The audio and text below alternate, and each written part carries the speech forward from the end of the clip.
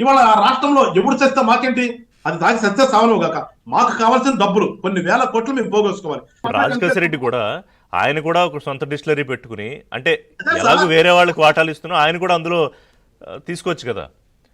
వాడెవడో ఎందుకు అసలు అంతా మనమే ఆ చేసుకోవచ్చు. స్పిరిట్ అయితే మనమే కనిపెట్టపోలా.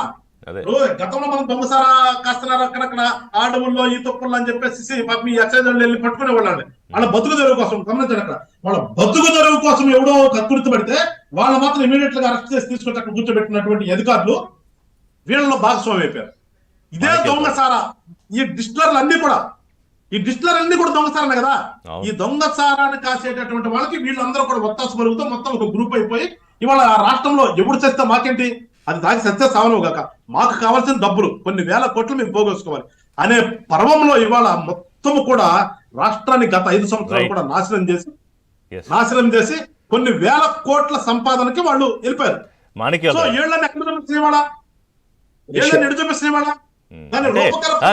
క్లియర్ ఇంతకు ముందు మనం అనుకునేవాడు మాణిక్యరావు గారు, మీరు చాలా సందర్భాల్లో కొండ బద్దలు కొట్టినట్టు చెప్పేవారు.